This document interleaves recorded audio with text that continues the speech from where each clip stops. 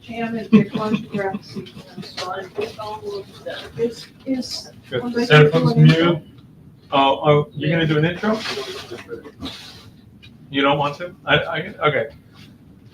Hi. So am I live now? Okay. Hi everyone.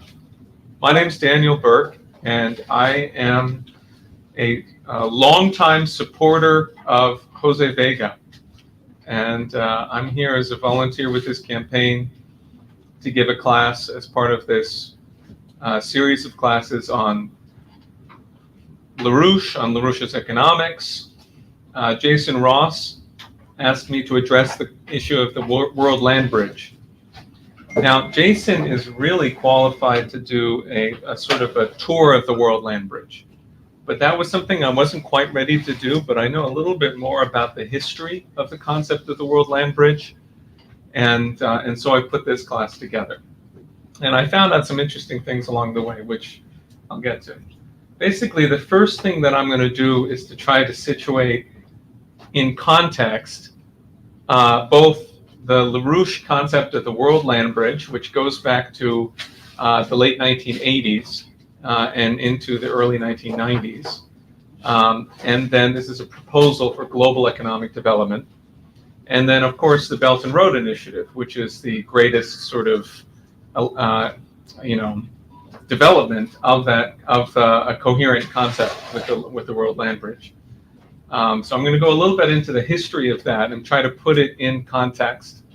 And then I'm going to talk about the underpinning issue, which is geopolitics or a new paradigm, so to speak. What's the philosophy? What's the conceptual principle? What are the principles behind the World Land Bridge, and as opposed to the British geopolitical view that dominates today?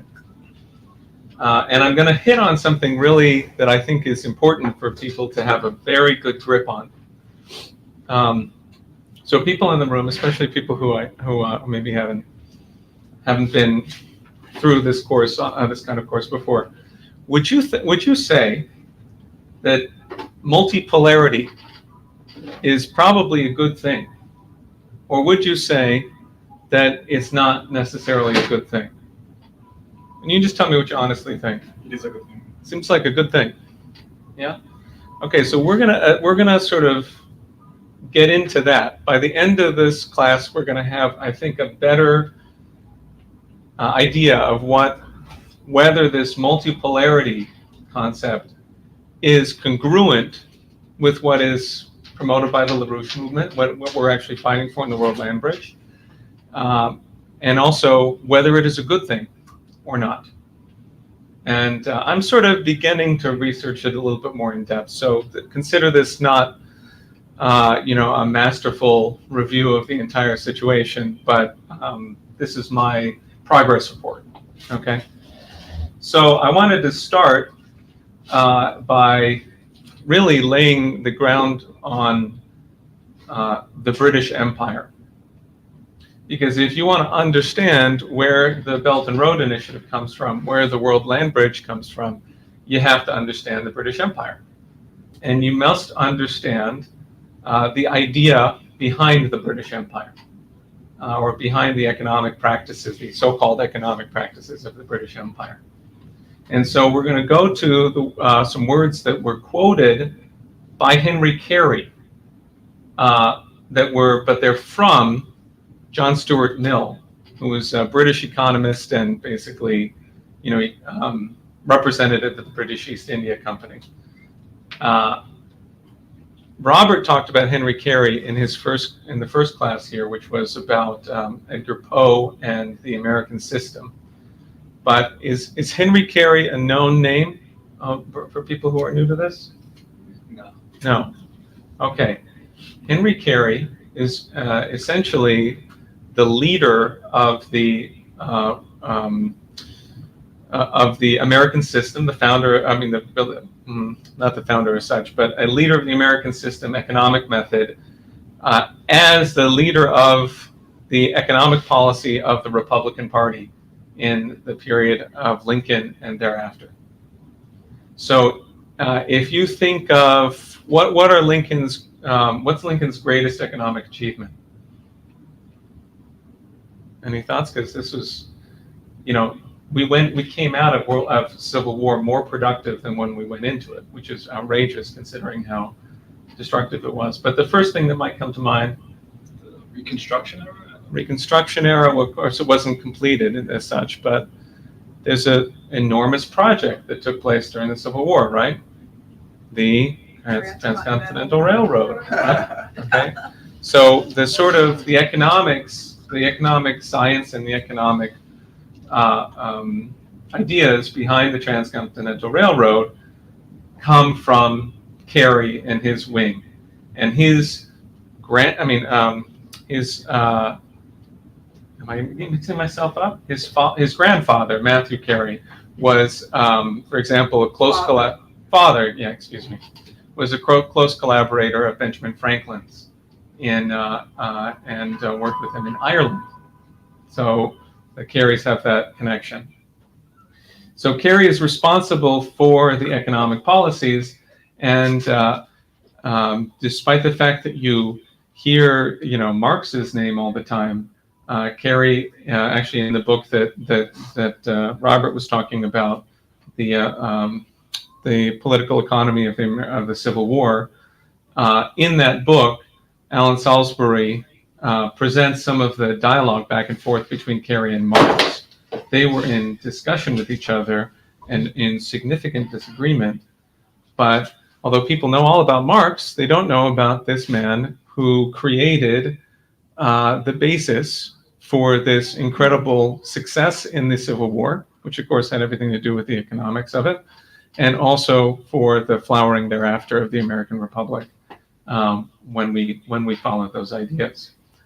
So here's what Carey wants to say is the issue.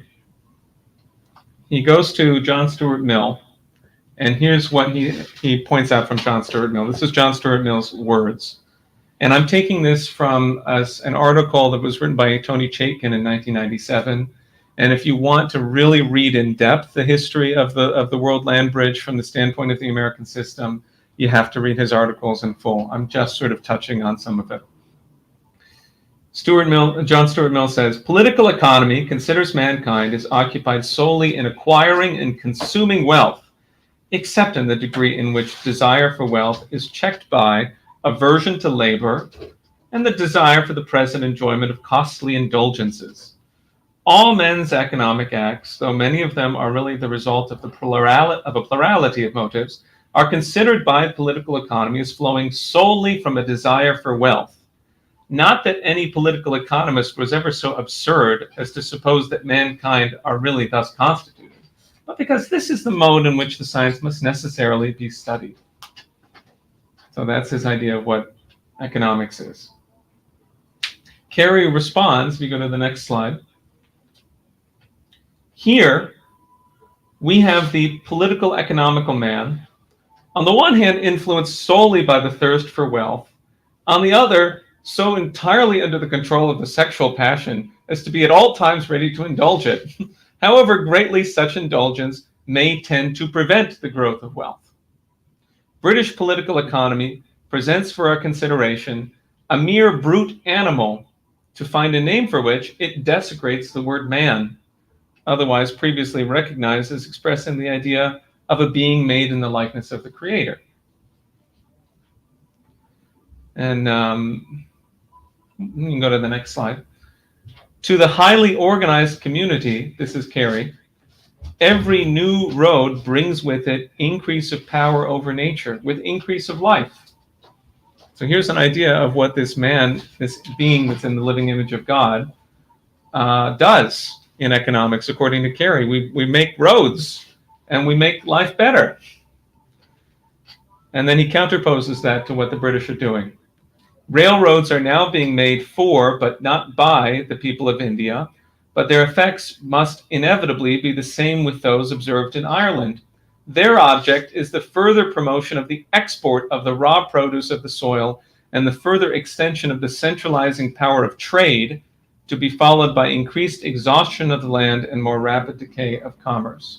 So he's identifying a huge contradiction in British political economics, right, or in the political economy of the British Empire, which is that they claim that everything is about getting wealthier, but the things that they do don't create wealth. They prevent the growth of wealth.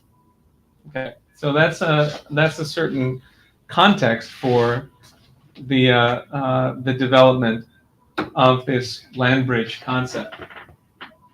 So I got a couple of more ideas in between. If you go to the next slide, this is interesting. This is 1888, I think. Chinese railroads projected by Wharton Barker. He was part of the Kerry Networks, an American rail engineer and proposer of great economic projects.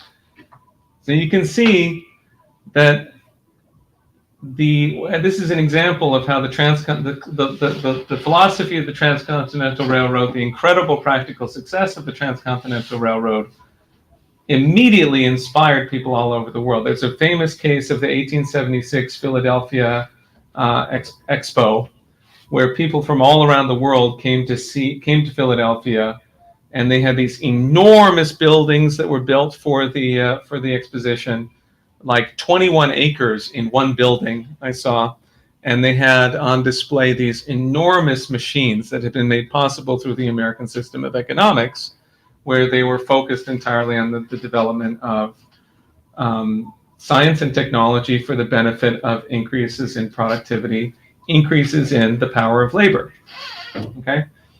So here's a person who was part of that process, who already in the 1880s is making a major proposal for the development of rail in China. And they're in dialogue with people in China. And just to sort of follow on that, if you can go to the next slide. Does anyone know what this is? Probably Dick knows, probably Lynn knows, but this is Sun Yat-sen, 1922, plan for the international development of China.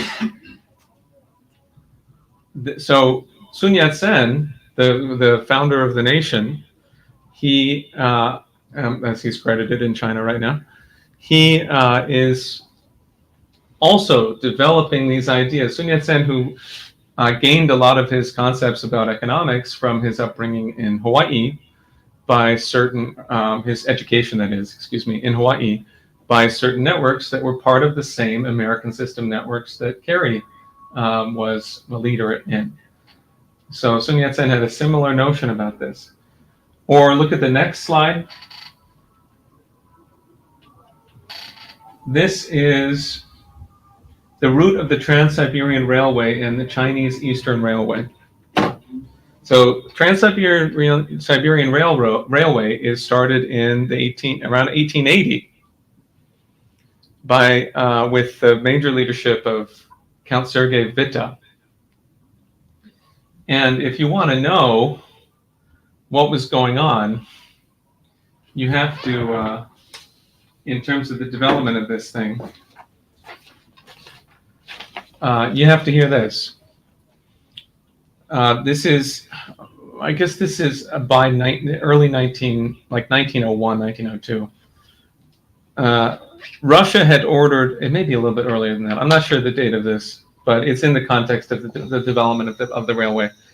Russia had ordered 168 locomotives from the Baldwin Works in Philadelphia, 1,900 tons of 20-foot bridge girders from Carnegie Steel, 15,000 shovels from the Wyoming Shovel Works, a great number of scales from the Howe Scale Company, electrical equipment from General Electric, and millions of American tools. And there were Americans who were working on the project to unite the continent with a great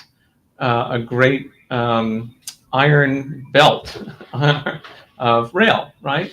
Which, of course, was the same thing that happened in the context of the United States. We had suddenly, with the development of the Transcontinental Railroad, we had a route for commerce and development that was not available, and that gave prior, and that gave us an enormous advantage over the dominant British sea power. But it's not just that. You can't have the development of the middle part of the country without the rail, right? You're never going to build the cities in the middle part of the country without the rail. You're just not going to do that. So things like that were made possible. So I'm just giving you sort of a brief sketch of some of the major efforts that were being made in this direction. And of course, actually, it's really important that there was an effort. If you go back to that slide that we were just looking at, you'll see that there's a part of it. The last part that goes to Vladivostok goes through China. And so there was a major cooperative Russia-China American effort to build that rail. So that was something that really was extremely promising for the future development of the human species, right? But what happened was McKinley is shot.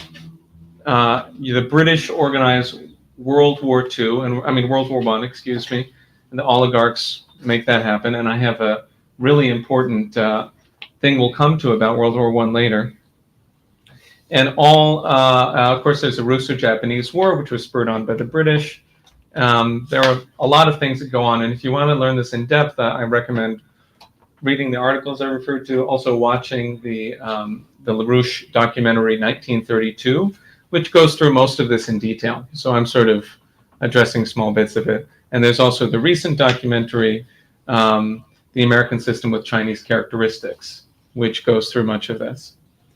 But anyway, this is the context for everything that we're doing. And there's a wonderful next slide that kind of shows, I just like to show this because people probably haven't seen it. Can you see how that works? We're looking at the Earth from above, from the North Pole, where the North Pole is centered. Here's North America, Alaska. There's the Bering Strait Tunnel.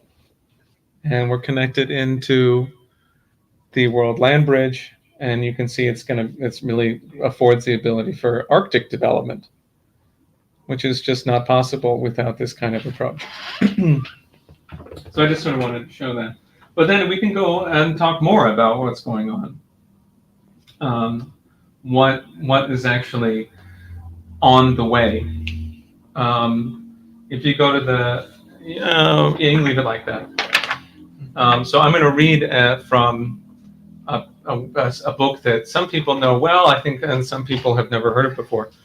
There's a book written by Elliot Roosevelt, who is the son of Franklin Roosevelt. And Elliot Roosevelt writes a book called As He Saw It, which is an account of his experiences with Franklin during the Big Three meetings during World War II, right, and leading right up to Franklin Roosevelt's death. And this is a small section from that.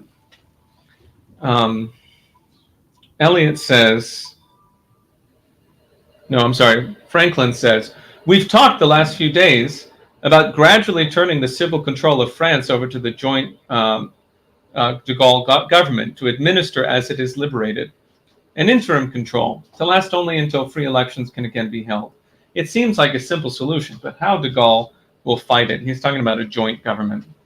And then Elliot, his son, responds, "He's convinced, absolutely convinced, that he should be the sole and arbitrary judge as to who shall or shall not participate in any provisional government." And then Franklin says, "He said something about French colonies too, didn't he?" That's right. He made it quite clear that he expects the Allies to return all French colonies to French control immediately upon their liberation.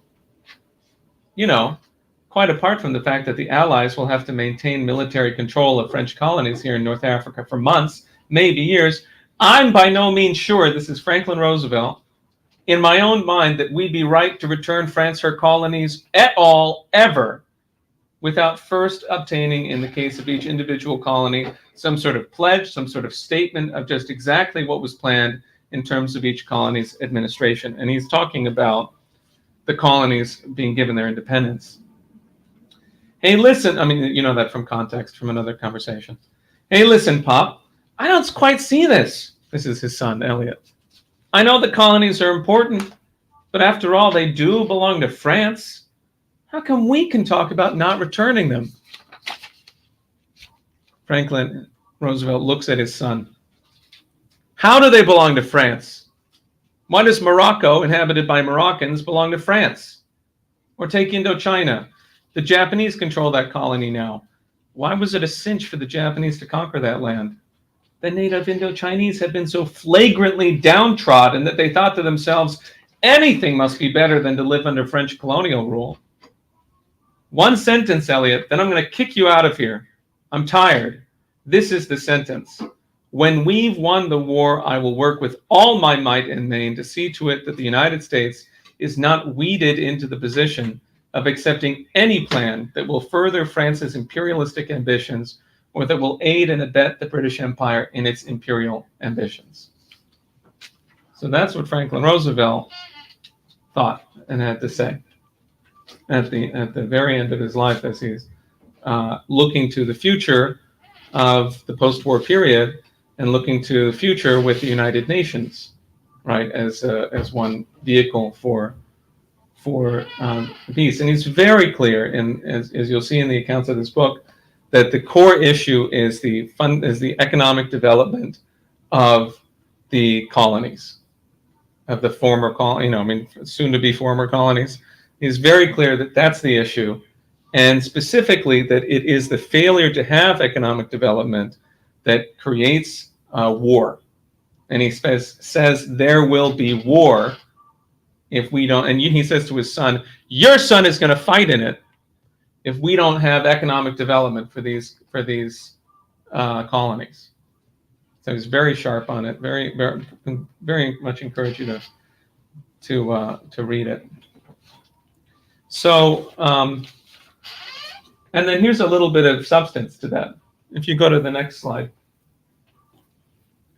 this is FDR on a first visit of a sitting American president to Brazil, meeting with President Vargas in 1936.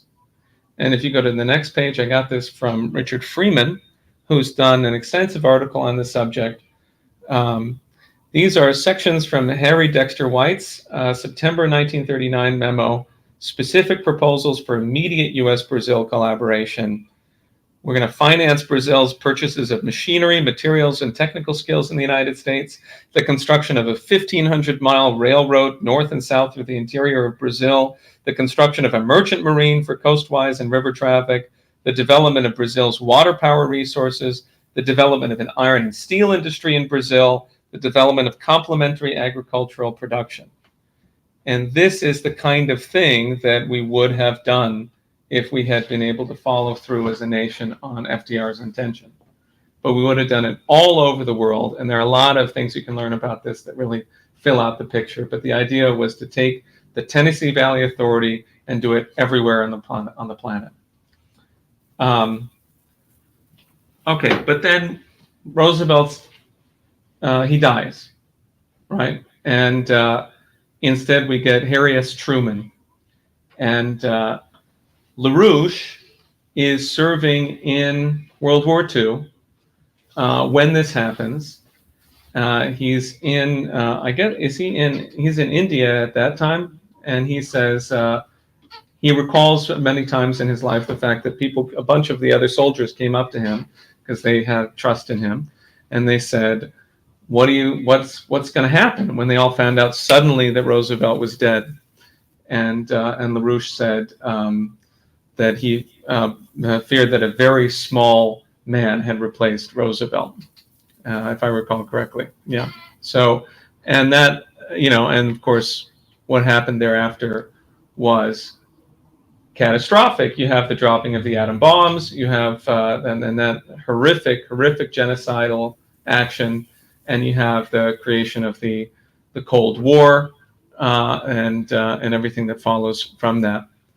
And so, I kind of want to put in the context that, like, for example, to think about the World Land Bridge and the Belt and Road Initiative, the Soviet, well, I'll come to this in a minute. Actually. Let's go to the next slide. So I'm jumping ahead. I'm jumping across like an enormous amount of time and activity by Lyndon LaRouche and by his movement. But this is in 1988 at the.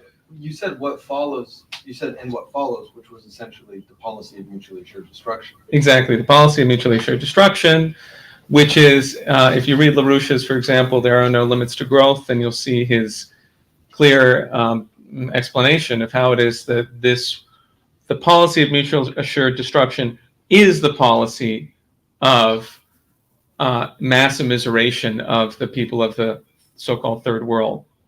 It is the policy of halting all economic development. At the same time, it's a policy of nuclear brinksmanship and the danger of nuclear war, the creation of an ever increasing danger of nuclear war, right? So it's in that context that LaRouche proposes the Strategic Defense Initiative, and starts fighting for that, and specifically says we can end the Cold War by uniting the United States and the Soviet Union around a mission to make thermonuclear weapons impotent and obsolete through the development of new sciences and technologies, which will allow us to have the full economic development of mankind. And that is our purpose, that is our primary goal. And you can read a very important document from 1983 called the LaRouche Doctrine that makes that extremely clear. And the most amazing thing happened, which is that the US President, Ronald Reagan, adopted this policy and actually announced it as policy of the United States, not the entirety that I just referred to, but a policy that it was well known came from LaRouche, who was in back channel negotiations with the Soviet Union around specifically this issue. And this was an enormous change in the world that happened as a result of LaRouche's intervention. And at that time in 1983, LaRouche said that if the Soviet Union didn't respond to this proposal in a positive way, then the economy of the Soviet Union would collapse within about 5 years. So in 1988, he's giving this speech in Berlin at the Kempinski Hotel. And this is the place where this is really an important nodal point in the development of the concept of the World Land Bridge. Because it's at this point that LaRouche says, he reiterates his forecast that the Comecon economies are going to collapse. They're going to fall apart. And he makes a very direct, first of all, he says the time has come for the reunification of Germany, which was, I mean, other people can speak to this with more, even more authority on the subject, but you have to consider that at that time, people did not at all consider that that was an option. I was sitting at the Asia Society listening to Kevin Rudd speak, and he said, nobody predicted the fall of the wall. Nobody. And I stood up and I said, LaRouche did. And but basically, nobody saw this coming. People in the organization who were around at the time, Lynn, I'm sure can comment on this, and Dick too. But people said, and this isn't even that they were like, but really, Lynn, really, you really think it's going to happen? But in the speech, what he says is basically the primary issue is food. We need to massively increase the production of food. And we're going to turn to the Soviets and we're going to offer them something, which we're offering on the basis of the creation of basically a new situation for mankind coming out of this. And what we're going to offer to them is the economic development of Poland. So, of course, what happens is the breakdown of the Soviet Union, the fall of the wall, and LaRouche by it may be 89. I guess it's 89, but it's maybe 90. Is advancing with Helga LaRouche, despite the fact that LaRouche is now in prison in 89. Right, he's been imprisoned by the same networks that are now trying to silence all peace voices today. They're beginning to advance the concept of the European triangle, where the basic idea is that if you're going to develop Poland, then you have to create this economic development policy for it's Paris and Berlin and Vienna. Thank you. So, and you have to develop that whole region with high-tech and infrastructure development and high energy flux density projects, right? And then we're going to connect this out to all of Europe through what they call the spiral arms of the European European triangle, and it was very explicit by 1990, 1991 that this was a policy for Eurasian economic development. Right? There are major conferences that are hosted at the time where that's what we're promoting, and all of this material is going out. Our friend Leni Rubinstein was probably translating all of this into Chinese and getting it to people in China. And let me see where my slides are. Yeah, okay, this is kind of fun. So, but it rapidly develops into the idea, the full economic plan for the Eurasian land bridge. So if you go to the next slide, this is from 2019, but it's just a nice schematic for what the China railway system is. This is the new Silk Road, right? This is the Eurasian land bridge. That's what we mean by it. The total connection through development corridors based on with a high-speed train as the basis of it across, or at least rail, if not all have it high speed. And I like this one because it has this right here. Alataw. I'm not sure how to pronounce it, but A-L-A-T-A-W. Yeah, so if you go to the next slide, you can see on the map, actually, go back for a moment, I'm sorry. What country is that connecting China to? Afghanistan? That is not Afghanistan. Kazakhstan? That is Kazakhstan. Okay, so go to the next slide, please. This is that pass. It is an incredible geological phenomenon because there are these huge mountains that block Kazakhstan from China. But then there's this one pass, which is called, it has some name that escapes me at the moment. Fergana Valley. No, it's a different one. It's called the. No, it's called the Gate. Let's see here. I'm going to find it just because it's so interesting. It's called the Zungarian Gate. It's this very unusual mountain pass, right? And if you read about it, you'll find out that like in around 1250, there was a very well-known Christian who came through this pass to Mongolia and then went back and wrote this big travel log about going to Mongolia. So it has a storied history. Basically, It was Marco Polo. no, it wasn't Marco Polo. It was another guy. So it goes, yeah, but it dips down into this basin, this pass that is like the lowest place in the whole for a huge territory that miraculously allows you to get through, right?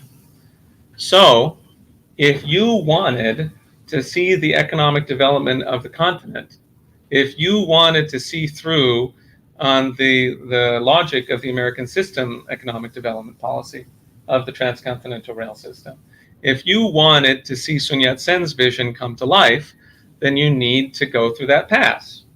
It's not the only thing you need to do. There are other legs, but you need to do that. And the problem is the Cold War. Who can guess what the issue is? I bet you can guess what the issue is.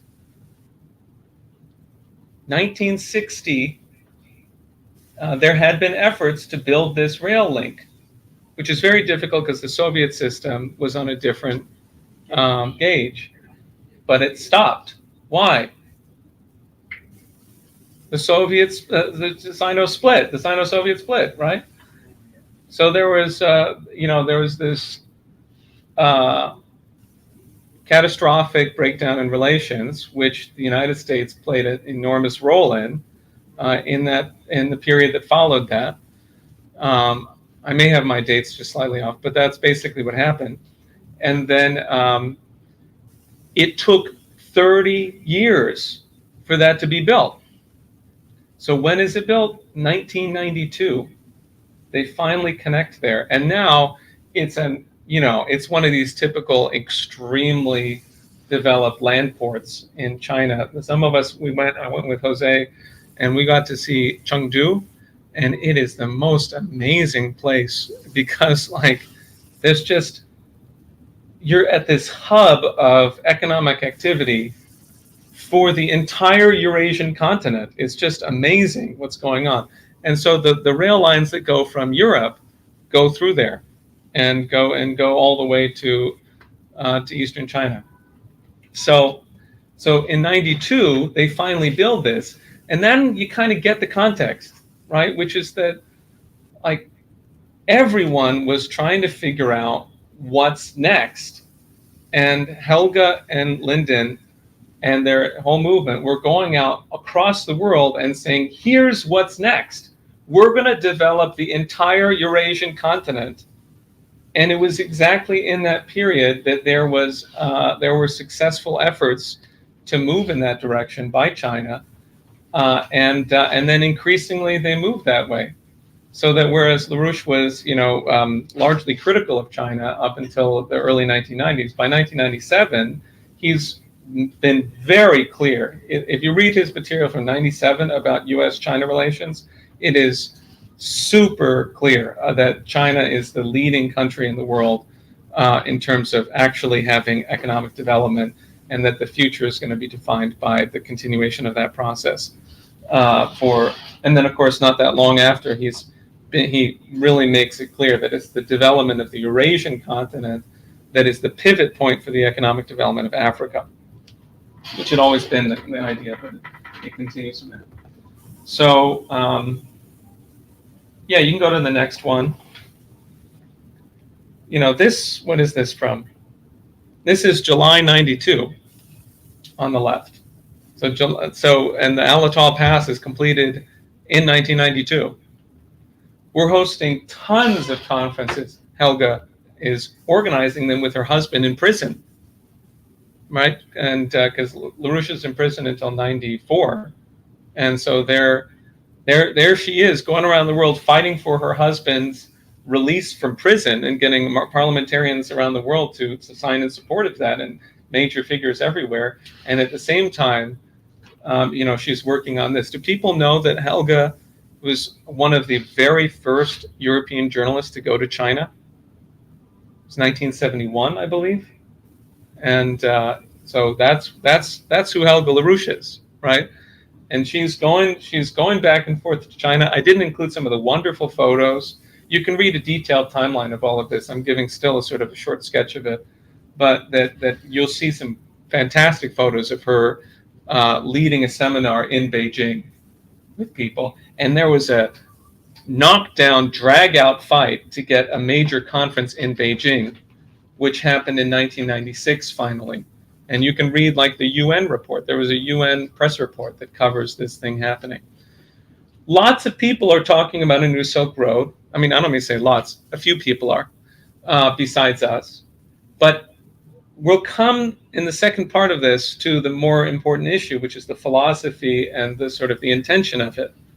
Although I think that's made, I hope that the Kerry-Mill exchange kind of makes it clear what we're talking about. So anyway,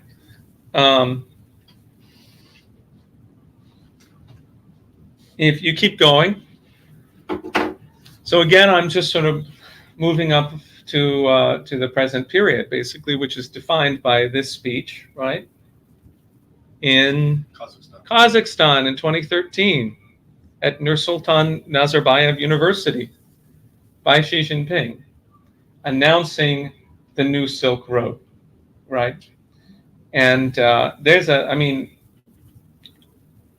we need to do more discussion of this, because what you find is that the whole concept of the Belt and Road is that it is a pillar, it is one of the primary pillars of the community of shared future for mankind, which is the Chinese proposal for the next era of mankind, that it be based on a fundamental understanding of the nature of harmony, that man's nature is to live in harmony with his brothers, that the nature of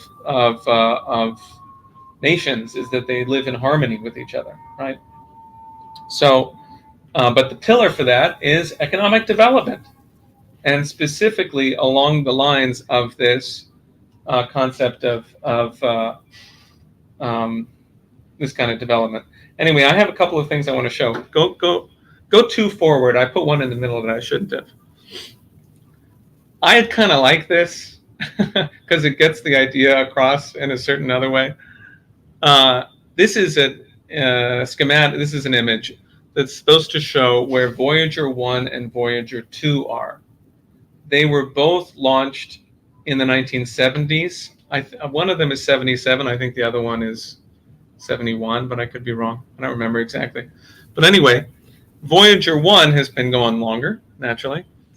Voyager 1, in, I think, August of 2012, passed the heliopause, which means that it's going into, out of the solar system, out of the solar wind, and into deep space, so to speak. Okay, so I always kind of like to refer to this because it seems to me connected, that mankind is now out of the solar system, and it's exactly at that time that we have the initiation of the Silk Road. Anyway, that's a little tidbit, but go back one, please. So this is actually, go back to Xi Jinping. All right, who thinks they can name a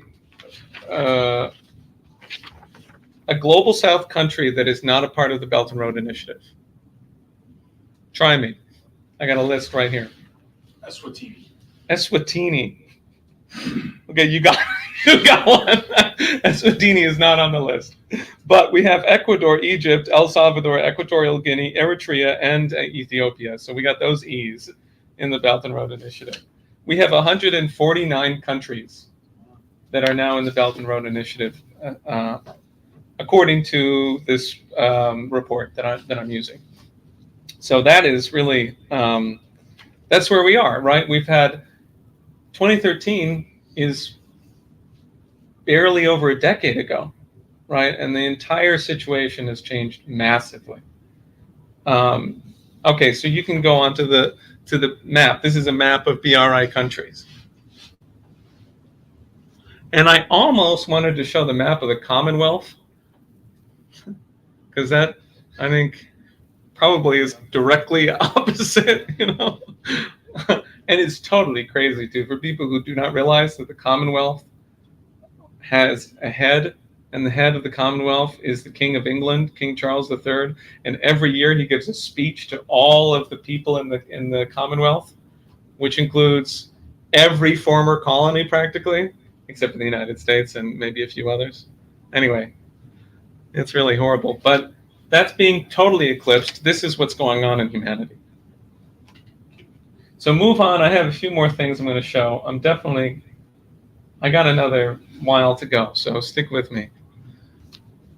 This is what LaRouche identified as the core, essential part of the increase of the potential relative population density, right, for mankind. This is what's called the development corridor. We're not talking about infrastructure. We're not talking about trains. We're not talking about trains. If you thought we were talking about trains, you missed it. That's not what we're talking about. we're talking about mankind. We're talking about the proliferation of humanity and the ability of mankind to reproduce at a higher level each generation. We're going to have high-speed train. We're going to have a canal. We need canals, right? We need water. We're going to have an oil and gas pipeline. We need those. This is a nuklex, meaning a nuclear complex, an agro-industrial nuclear complex. That's the basis for having new cities, new towns, well, new cities. I mean, anyone who looks what goes in China, you got to have like an immediate response. I mean, China is the same territory, essentially, square miles, square kilometer, as the United States. And you look at these cities that have like, oh, it's a tier 3 city. It's only got 8 million people, Wow. And like, you look at Chongqing has become like the #1 city everyone wants to see. It used to be Shenzhen, but now it's Chongqing, which is just incredible. And Chengdu has like, what was it, 10 million people? Or was it 20? I forget. I think it's 20. It's like 24. 24 million people. It's just outrageous. So how do they do that? Right? Obviously, China has always, has had enormous population, so that's one thing. But the way that they actually do it is they build development corridors where you're building everything that humanity needs to develop. So that's just an expression of what we're actually talking about. Keep going. Here we finally get to the World Land Bridge. And as I said, there, Jason could do a wonderful tour of this. I wasn't quite prepared to do that, but you can look at all of this. You can read the reports that we've put out. We need to connect the continents. We need transcontinental rail systems for every continent. South America and Africa especially, obviously, right? Those are the ones that still need it in a significant degree. We need to connect Spain and Morocco. We need to, with rail, we need the Bering Strait Tunnel. We need the Craw Canal. We need lots and lots and lots of new projects to be able to do what we need for mankind. But we're going to come again to the more important thing, which is the sort of the concept behind it. Go to the next slide, please. And I'm just going to go kind of quickly through this. This is a very moving picture for anyone who actually cares about mankind. It is from 1980, from the Fusion Energy Foundation report on the economic development of Africa. I've heard it described that these colonial rail systems, they look like knives stabbed into the continent. Of course, they go from mine to port. They're for looting. That's what Henry Carey was talking about in the first part of it, right? That's what it should look like. Go to the next. Here are some of the reports you can read to get in depth. One more. Here's an idea of the development of canals and water systems in Africa besides Lake Chad, which needs to the Transaco project needs to fill that up. But additional to that, like these incredible water projects they're doing in China, like the North-South Water Project. And then next one. If we apply this to the United States and to our neighbors, in conjunction with our neighbors, and we connect ourselves to Eurasia. Okay, so I'm going to kind of stop on that point and then transition to the second part of my presentation. So I hope I still got you. That was kind of a lot, right? But I hope it communicates the issue, which is that this is a fight against the backward forces of empire who will do anything to suppress the development of mankind in order to keep their situation.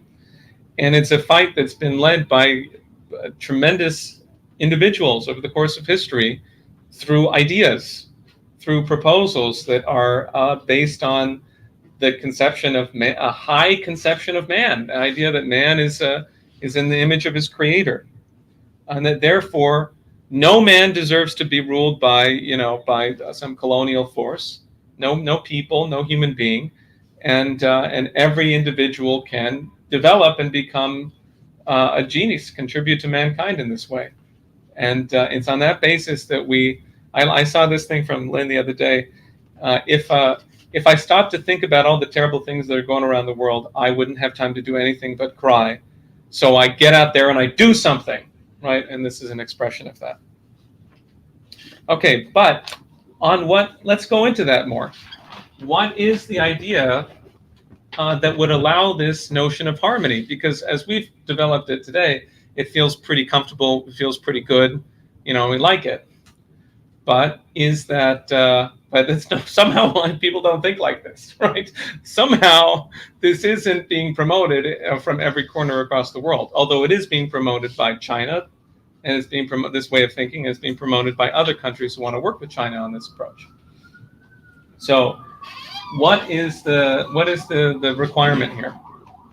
Well, I wanted to bring in, you can go to the next slide, the core concept of the new paradigm, which is the coincidentia oppositorum, the coincidence of opposites. It is it's a method of inquiry to identify, for example, solutions to problems that seem completely intractable. And it's a means of figuring out how mankind is going to get out of his juvenile stage and mature and be human, be in the age of reason, where we say, we're going to do this because it's right, because this is what mankind desires.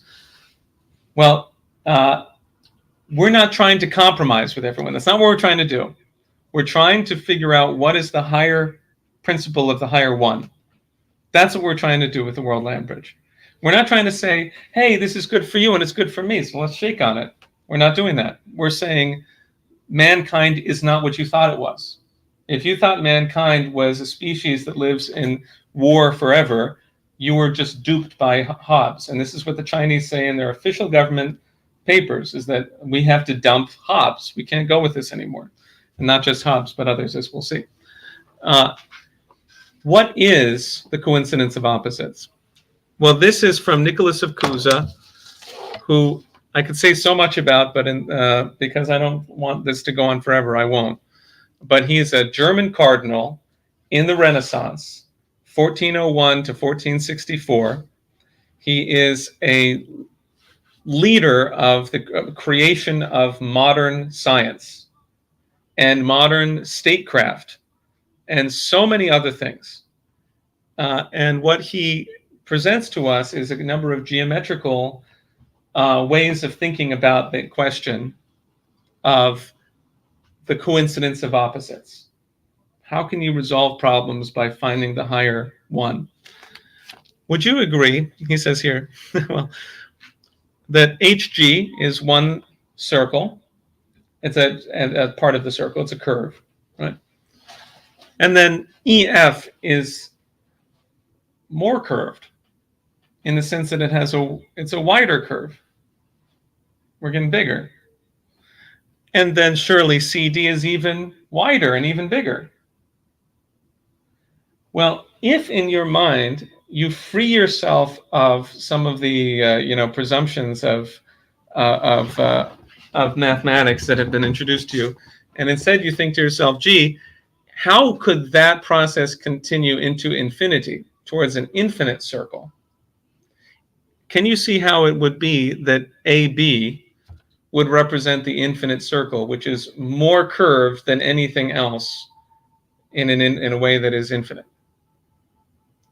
And then from this demonstration, you can see the coincidence between infinitely curved and infinitely straight. That from the standpoint of the infinite, or I'm going to say, infinitely straight, but from the standpoint of the infinite line, curvature is straightness. Okay, I'm going to move on and urge you guys to read this yourself and go through all of these. This is not the only geometrical example that he gives, but I hope it's provocative. Here's another one that I think has so much to do with the concept that man is in the living image of God. It's like, how could it be that every person has within them a divine potential. How does that function? An infinite potential. He says, you know what, I'll read it. If an infinite line were constituted by an infinite number of 1-foot sections, and if another infinite line were constituted by an infinite number of 2-foot sections, these lines would nevertheless have to be equal, since the infinite is not greater than the infinite.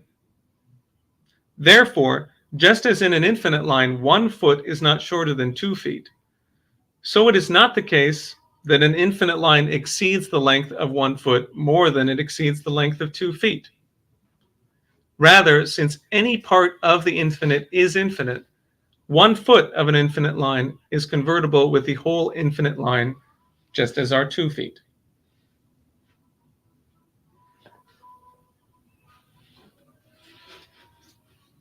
So, okay, I think this has to do with what is the new paradigm. I think it has to do with how is it the case that you could have civilizations, language, I don't mean to really use that term exactly, but language cultures. You could have different nations, you could have different development of people, and they could come into dialogue with each other in such a way that they would regard the other as also being in the image of man. How can you have this ability to have that dialogue and see the divine in the other if you don't have the ability to think on this line, along these lines? So another time I'll go into that more in depth, and I'll just leave it as a provocation right now. But keep going. We're going to go now into the enemy. What's the problem? Well, what's going against? What's going to go? What's opposing the kind of idea that's being promoted here, of the harmony of all of the nature of man being one of harmony, of the infinite potential within the individual to contribute to mankind, of the and of the infinite perfectibility of humanity. These are some of the main ideas that we're trying to advance. What's up? What are we up against? So Helge has made a big focus on geopolitics as the thing that has to be stopped. So you can take down, what is geopolitics? Because I don't get that. Because when I go on to social media and I want to learn about what's going on in terms of international relations between people, I look up podcasts and so forth that talk about geopolitics. Geopolitics explained, that kind of thing. So I thought that geopolitics just sort of meant talking about what's going on in the world between countries. Is that false? What is geopolitics? Anyone know? You've heard the word before, though, and you see what I'm saying about how it's usually used? Is it possible that it's used somehow differently? Because somehow Helge LaRouche is saying you have to stop geopolitics, but I thought that was just like a category of YouTube videos, So geopolitics is a concept that is advanced, a concept. It's a fraud that is advanced by a guy named I'm sorry, how was his name? First name's Harold? Halford, that's right. Sir Halford Mackinder. And if you want to know about this guy, you should know that he was one of the founders of the London School of Economics. So he is like a high-level British intellectual operative, right? During the very important period that we were just discussing at the end of the 19th century, going into the beginning of the 20th century. And in 1904, leading into World War I, he provides what Lyndon LaRouche defines as a cover story. What does he say? He says in this very influential essay in 1904 that he's figured it out. The reason that you have different political, developments, the reason you have war and peace has everything to do with geography. Okay, he says it has to do with geography. And he has the famous line, which some people will recognize: who rules East Europe commands the heartland. Who rules the heartland commands the world island. Who rules the world island commands the world. What is he talking about? I don't have a picture of his schematic, but the world island is basically Eurasia. And the but with the heartland being especially this territory of Russia and Central Asia, right? Central and West Asia. And then his view is that this is an enormous garrison, where he basically says, because you have a large territory but a relatively small border to defend, you can muster all the capabilities of the land, of that land power, and use that to advance your causes. But he's writing this as a British imperialist who is really, according to LaRouche, this is just a fairy tale. He's saying that he's providing some justification for the idea that you need to attack Russia through Eastern Europe, if that's not clear. That's the idea. Gee, that sounds familiar, doesn't it? To attack Russia from Eastern Europe. And but this is really just a way of totally obscuring what the issue is, which is economic development for mankind, which is exactly what was going on in that territory. It was exactly what this whole Henry Carey policy was. And the British wanted to have some kind of way, and wanted to have a particular justification for something they were planning on doing anyway, which was to get World War I going and to get people into this horrible cauldron of war and destruction. LaRouche says, the issue was and is whether the authority and responsibility of government shall be defined by service to the interest of a ruling financier oligarchical class, or, as the U.S. Declaration of Independence and preamble of our Constitution define the fundamental law of our republic, the obligation and authority of government as resting exclusively upon the government's indispensable power to promote the general welfare, that for all the living and their posterity. The real issue on whose behalf the Anglo-American financier oligarchy deploys lackeys such as Brzezinski and Schlesinger is between those two forces today. And he basically says, are we going to have general disintegration in World War III, or are we going to have a new international credit system organized for accomplishing this World Land Bridge project? So it's just a fraud that's being introduced. All right, now I'm coming to the sort of final section here. All right. So Geopolitics in 1904 from Mackinder is all about how the British Empire is going to rule. But I have two articles from Foreign Policy magazine that I'm going to show you. Okay, so what is Foreign Policy magazine? Council of Foreign Relations. The Council of Foreign Relations. It's the roundtable, British imperial policy representatives in the United States. You can go and visit them right next to the Asia Society at about 63rd and Park, I think. Actually, they may be closer to 90th, I forget, but they're right there on the Upper East Side. Where I got strangled. Yeah, exactly. Oh, yeah, that's what I'm talking about. Yeah, exactly. So, let's go to the slide. Okay, Mackinder wrote a last article of his life in Foreign Policy in July of 1942. Now, let me preface this by saying that Harley Schlanger knows a lot about this. I know very little about this, but I found this out and I thought that we could draw some conclusions from it, okay? He writes in July 42. In July of 1942, he seems to be pretty optimistic that the Allies are going to win. He's pretty clear that that's what's going to happen, but it doesn't really matter because he doesn't really have a side. I don't really think so. But what he's talking about, you'll find out, is a bit of a different idea from what had been nakedly promoted as a British imperial strategy in 1904.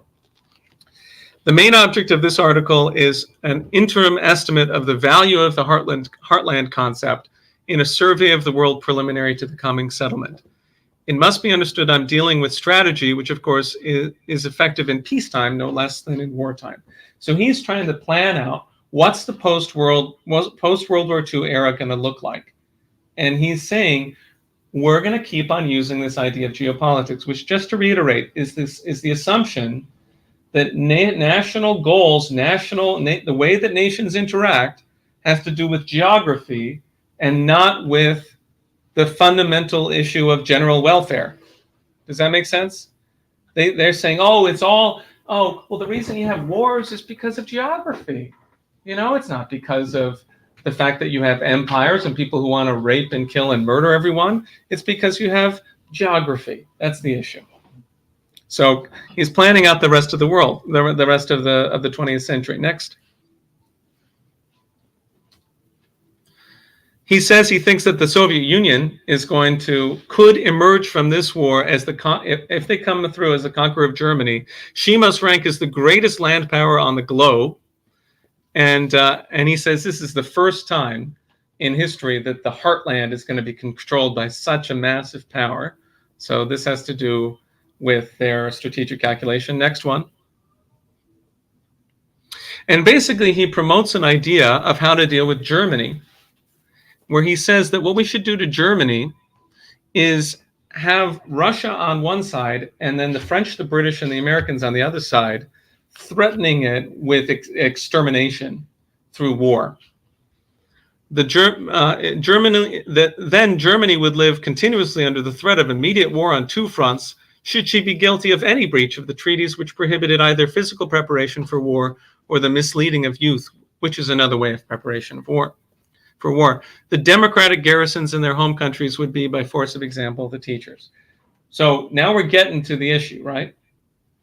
That the way that we're going to organize the world is through the threat of extermination, of war and destruction. Keep going.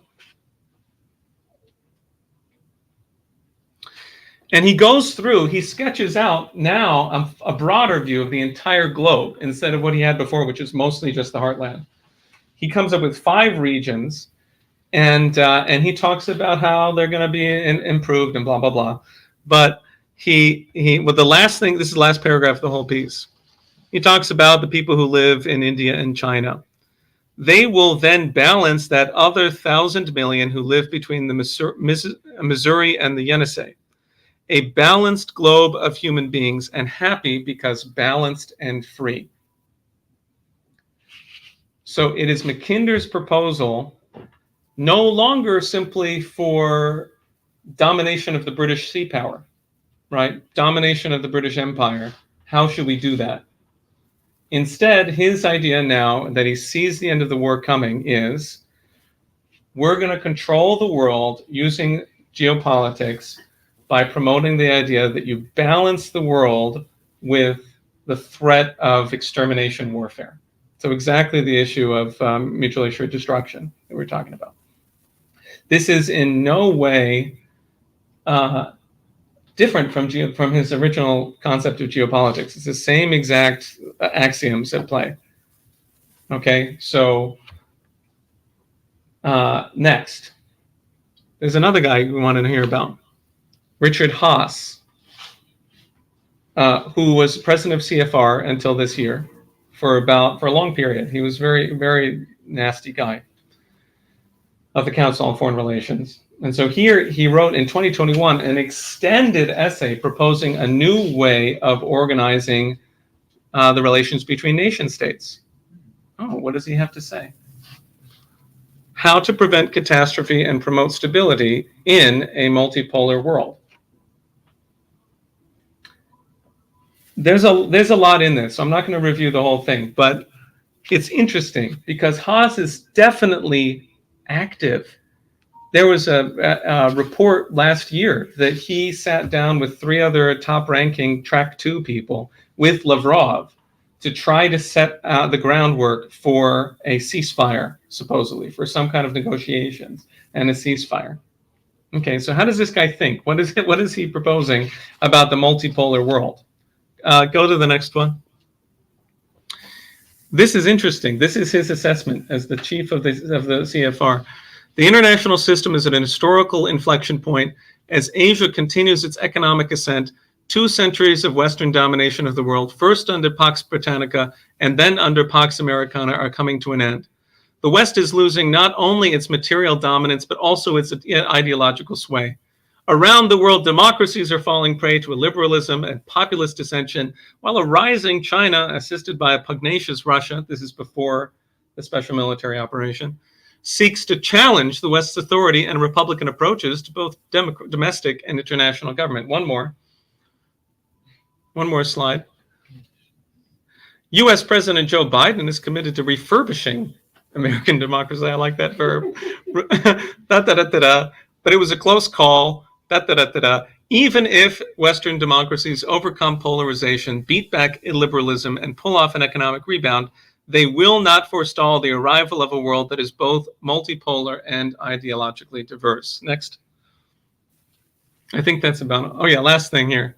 Yeah, he makes a proposal for these countries to work together: China, European Union, India, Japan, Russia, and the United States. It is absolutely without international law. It's sort of like he calls it a new concert of Europe. Concert of Europe was a period that came after the Congress of Vienna, which was set up by, the worst oligarchical fascists to prevent the spread of Republican ideas in Europe. In brief, there's more to it, but that's basically what's going on. So keep going.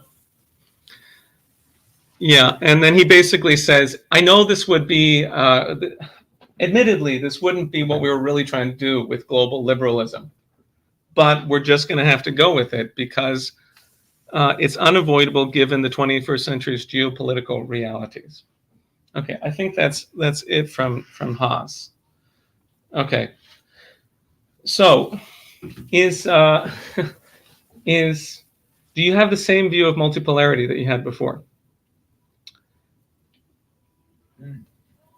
Because what you see is that the founder of Geopolitics, would you agree that what I went through from Mackinder in 1942 is multipolar? He said you need to have these 5 great regions of the world that balance each other. But he's not proposing that balance is based on, that is harmony of nations in economic development, in mutual development of their peoples and so forth. He's proposing that is because we're going to hold guns to our heads, each other's heads, that we're going to have balance. The Congress of Vienna was followed by this Concert of Europe, which the head of the CFR believes is a great example of a multipolar world, multipolar era.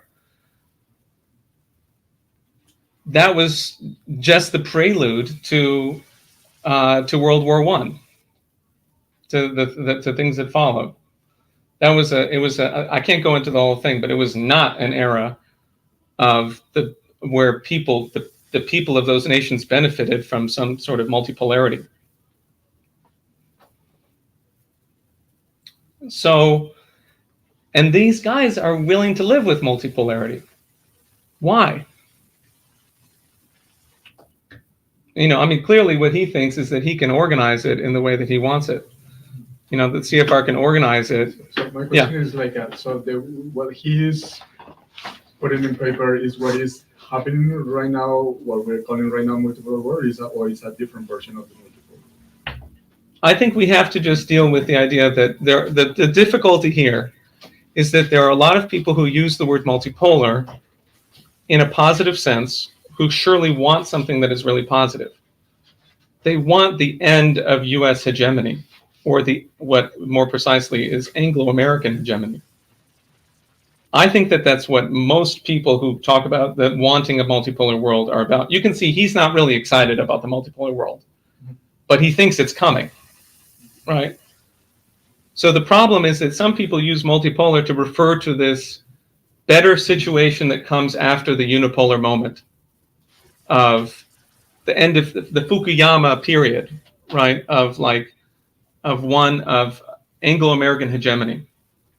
And that's fine that they want a better world thereafter. And I think that's what we all want. We want to get out of this horrible period. Colonel Larry Wilkerson said on the IPC a few weeks ago, we got to end our damn empire. We want to see an end to this.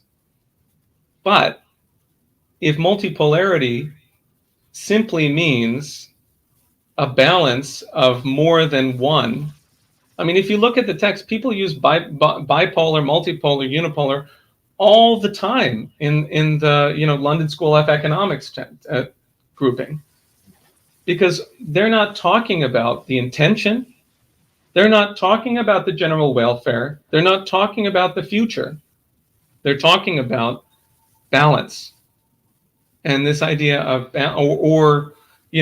preferring not to be balanced but to have American exceptionalism lead the way, whatever. It's not that everyone prefers balance, but when they refer to multipolarity, they're talking about a situation that can be dealt with according to balance. And it's not that I'm saying that balance as such is a bad word, but you can see how this is empty if you do not have a very clear matter of the world land bridge. You see what I mean? If you don't have the affirmative conception of what sovereign nations will be able to do hereafter, the principles of sovereignty, then to say that we want multipolar is not necessarily helpful. And this is the conclusion. We can talk about it more here after this, but this is what I've come to. Go to the next slide. You'll like this picture. Many people don't know who this is, but on the right is Alexander Dugin, who is a promoter of multipolarity. Okay? He's also a promoter of Nazi philosophy, Nazi statecraft, Carl Schmitt, Martin Heidegger, and he's a promoter of various networks in the United States, including Jackson Hinkle and Haas and Hazeldine, as he calls himself, and Richard Spencer, the neo-Nazi, and others, and Steve Bannon he had a relationship with. Listen to this. Wait, who's the guy on the Who's the guy on the left? Zbigniew Brzezinski. No, I was right. Right? He's the promoter of the idea of the arc of crisis, which is to say that we should make Eastern Europe and the whole area on the western and southern flanks of Russia and China a place with a bunch of terrorist activity, separatist activity, and wars. Small wars, which LaRouche warned in 1999 in his Storm Over Asia, would yield, total destruction of humanity if we didn't stop it. Go to the next slide, because people who know Brzezinski will appreciate it. Oh no! Yeah, there it is. Look what's on the table. Apparently, Brzezinski, this is a picture from 2005. Brzezinski actually dedicated a book to Dugin. Here's what Dugin says about his concepts. I started to develop geopolitics 30 years ago. I have discovered geopolitics formulated by British authors like Halford Mackinder, who tried to explain the great game between British Empire and Russian Empire in terms of sea power and land power. Maybe it was in his time just a part of the British imperialist agenda, their manner of thinking the world. But in my eyes, that was explosion of the real and profound everlasting truth. He wrote this week. Dugin wrote this week. 30 years ago, what were we doing? The land bridge. He goes on, from that moment, I've started to develop the Eurasian school of geopolitics, the main and only Russian geopolitical school. From this point of view, basing on the British Anglo-Saxon vision of the world, it's his writing in English, so there's errors in it. The main principles were sea power against land power. I've formulated a symmetric strategy, land power against sea power. Brilliant. The land power, heartland, Eurasia, in that theory was regarded as subject, not object. So he's very cleverly reversed them. And then he goes on about this, and how basically he was able to improve geopolitics by inserting Heidegger. Okay, that's what it's about. So it's really wild. But anyway, the number one promoter of multipolarity in Russia is Dugin. He hosted a conference in Moscow with people from around the world, many of them decent people, not all of them, promoting the idea of the new era of multipolarity. And for him, it's completely coherent with Carl Schmitt, Martin Heidegger, and therefore Adolf Hitler, and and with Mackinder and the British Empire. So that's what I'm hoping to sort of be able to present to people. I know a lot of people use that word in a positive sense, and it's not like all of them are believers in this kind of insanity. Most of them are not. But people who tacitly accept it, they're not thinking through the core issue, which is the general welfare principle. It is the advancement of mankind, and it is the land bridge, and it is Lyndon LaRouche and the Renaissance. That's what it is. All of this bullshit is an attack on the Renaissance, and it's attack on LaRouche. That's what it is. So I think that will bear out more and more, and that's sort of me taking a stand on it. So that's what I got for you tonight.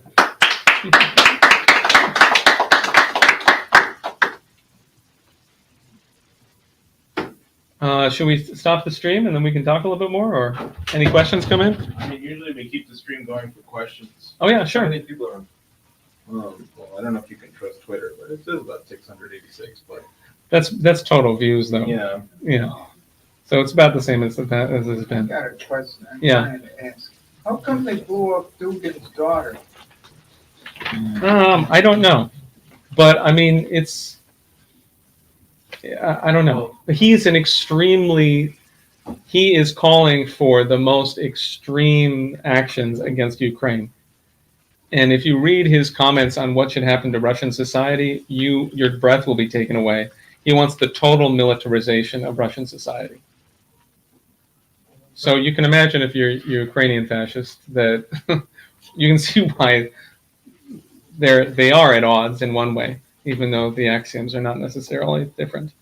And also, perhaps you skipped this step by not describing Heidegger. Martin Heidegger wanted to be the official philosopher of the Third Reich, of Hitler's Third Reich.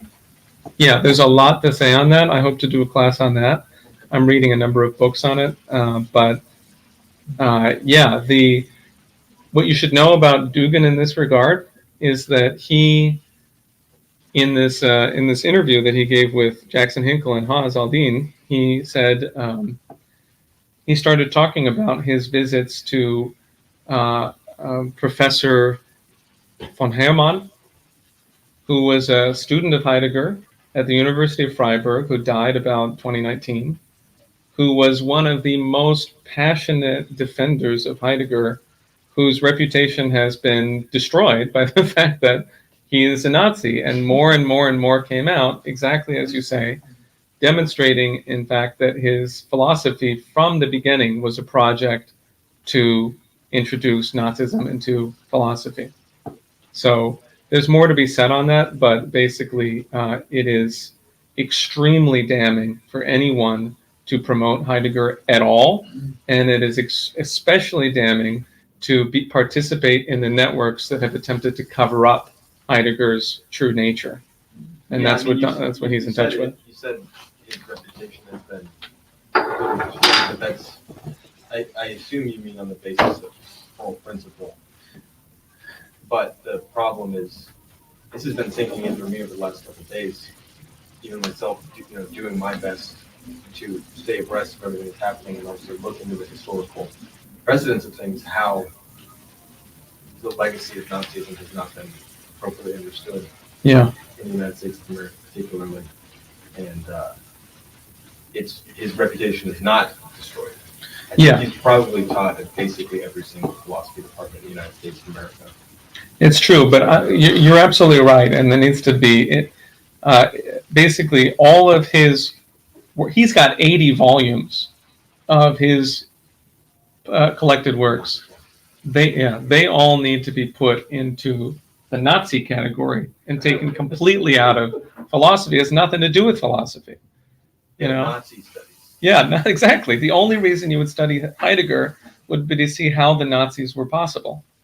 That's the only reason you study him, if you're reasonable. Now, but what's optimistic is the fact that there has been a continuing important scholarly dialogue about Heidegger, and there are at least a handful of people who are really principled about it, and they're gaining ground. I've been reading a lot of things recently that show that. I mean, just to try to Mhm. to put a point on my understanding of it, in terms of the ambiguity of the term multipolarity and the kind of the significance of that ambiguity in the way that it's being used differently by different people, some of them very well-meaning and optimistically looking into the future for a world that isn't dominated by genocidal lunatics and other people who are genocidal lunatics who are looking to dominate the world, and specifically under the form of that word. My basic understanding, having read one biography from Heidegger and thinking through my limited understanding of some of Heidegger's terms, is that there's this idea. One of the book that I read, the thesis was basically, you think about Nazism and it's like, oh well, they were all white supremacists, they're all basically American neo-Nazis, but dressed in brown, yeah. in Versace or whatever whoever it was that anyway. Hugo Boss, right? But one of the arguments in the book that I read was that Heidegger was directly involved in the Nazi Party from the beginning of the 1930s, and he had aspirations to hold the highest philosophical positions in Nazi Germany, but that what made his philosophy amenable to Nazism as a political movement was its mystification of race, and that it wasn't actually about a scientific concept of race per se, although that was, I think, also a major component of the whole political project, but that the political justification and the forms of thought in the most overarching sense of epistemology was about creating this kind of vague concept of the race. And there's this word Dasein, which is about, I think, sort of like the whole, like the existence of the whole state and its kind of trajectory in history. And my understanding is that one of the things that Dugan is promoting is that every civilizational state has its own Dasein. And so he's incorporating Nazi philosophy into what would otherwise be a much more, a world that would be trying to break out of the physical ramifications of all of those wars. So, I mean, I'm just saying, I think that yeah, I feel like there's a strange thing where it all just seems like words at a certain point. Yeah. But I think it actually does kind of, I think your question is, I think the very basic question is like, well, wait, what does this actually mean? And I hadn't thought about it until your presentation, the way that Helga is talking about geopolitics, and we have to stop geopolitics. I said, okay, well, I kind of get what she's saying, she's using the word in a certain way, and I have, but it's the way that you're laying it out is, there's a very specific, historically contingent concept, idea, that then gets, it's not as though every time the word comes up, that whole thing is meant or even there, but it gets, that idea gets kind of normalized and brought into the society through the different meaning. And people are being taught in schools all the time that the issue for nations is balancing my interests against your interests. And, and then you have some people who say, well, it's a zero-sum game. If you do well, then that's bad for me. And if I do well, then it's bad for you.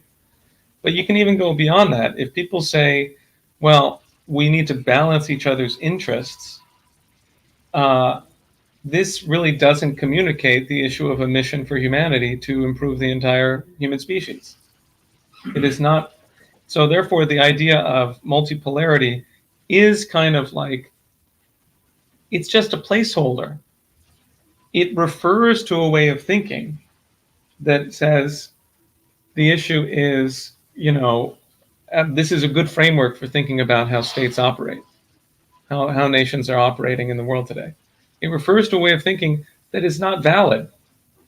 It is not valid to look at the world as a chessboard, like Brzezinski would want you to think about it, and where we need to have balance according to like game theory, which is what the whole mutually assured destruction thing is about. So in the meanwhile, it's a placeholder because it means not unipolarity, not hegemony. But that's not affirmative. You have to have an affirmative concept, and not one that's based on a faulty assumption about the nature of man. And it really is, like you pointed out, it is like it's Kuza. It is the coincidence of opposites. Yeah. Because even like, for instance, today on the IPC, we had Glenn Deason, who's this Norwegian academic who's been on RT a number of times and has been on the Duran. Yeah, he works with them. And he just did an interview with not Glaziev, but Polyansky. Yeah. And his ideas are very sound. His analysis of and understanding of the development of Western Western colonialism of the last 500 years plus is sound as far as it understands a geopolitical lens, like a kind of concrete geographic lens of where and why things happened. But what he says, which is true, is that colonialism is over, and what is coming into existence, and in fact what already exists, is a new Westphalian peace. But where he's wrong is in the characterization of what made the Treaty of Westphalia so important in the first place. Mm-hmm. Because he is correct that it was a shift in the view of European states from the traditional view of a kind of normative power based on religious authority or social norms that, for instance, the Holy Roman Empire could impose on others, which leads to the 30 Years' War, right?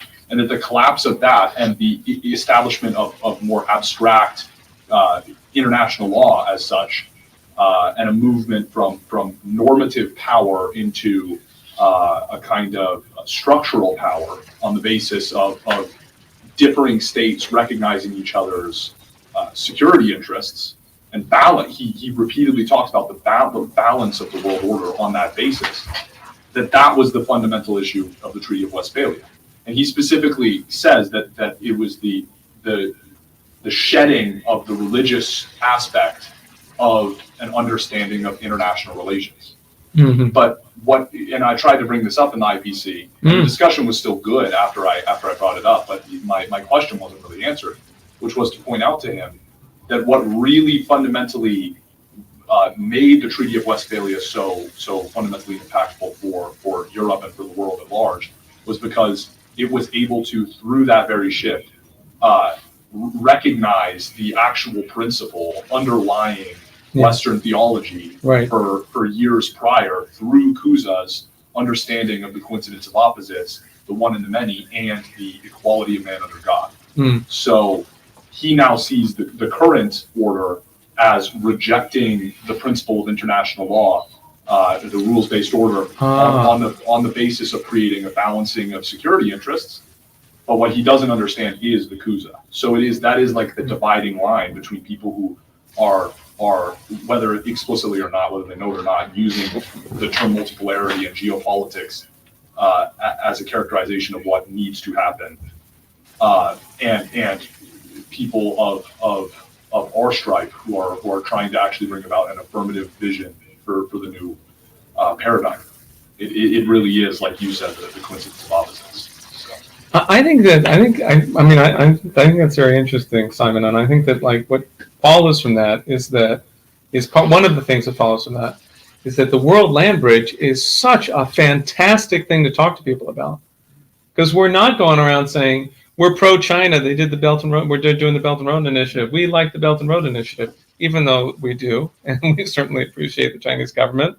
We're saying mankind is going somewhere, and until we have this type of global, project for humanity, then we will not have an end of oligarchism. It will not be possible. And that pursuit we're not pursuing balance. We're not doing that. Good. You know, we're pursuing, you know, God. Yeah, we're pursuing the advancement of the future, the advancement of mankind. You know. So on that your slide of the Voyager spacecraft, Oh, yeah. it's like the most striking to me in the middle of all of the other Mm. slides. Could you say more about what's your thought in putting that in there? Well, whenever, you know, Kraft Erika talks about how the thing about space travel, Kraft Erika was a great German-American space scientist. He designed he was one of the contributors to the design of the Saturn V rocket that got the Apollo missions up. And he was a good friend of Helga Zepp-LaRouche and of Lyndon LaRouche. And he says that space exploration, space science is the thing that touches every human being, no matter, not on a matter of culture, not on a matter of like, in other words, the diversity of culture, not in the question of anything specific. It's about you being a human being. It's about the human species itself and the nobility of the human species to go out and explore the universe. And that's coherent with what we're talking about, that like the issue of the Voyager 1 getting out. I mean, some kind of geopolitician would say, oh, well, that's a matter of, U.S. space or scientific capability being greater than other nations' scientific capability, which, of course, they would have to acknowledge it's meaningless because it's from 50 years ago. And so they would say it doesn't mean anything. I'm sure, in general, they would not consider it an important part of the equation, so to speak, right? But in fact, it's an expression of the advancement of the human species as an elaboration of this creative principle. This only creative species is the human species.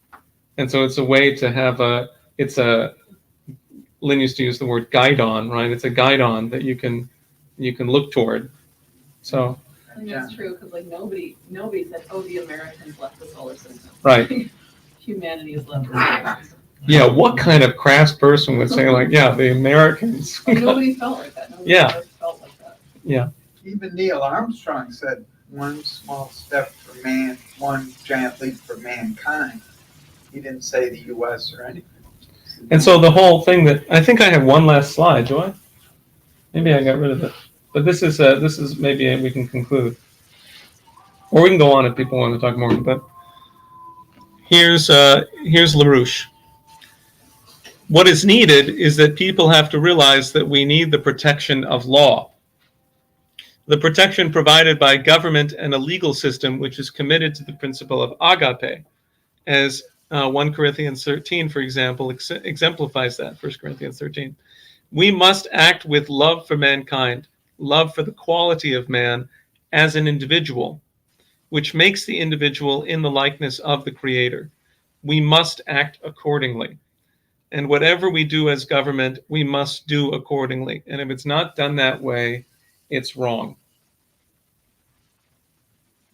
And I find this to be a useful reference also. I mean, to me, it relates to the UN Charter as well, in terms of Lynn's discussion of the idea of law, which is not quite at the degree of agape, but it reaches in that direction in terms of its intention. And that is what we need. The main thing that CFR asshole was saying is that we could still cobble together a rules-based order. I promise we can figure it out. We can just make it more multipolar and then it'll be okay. It's just ridiculous. We need natural law. We need the law of human progress, the law of love.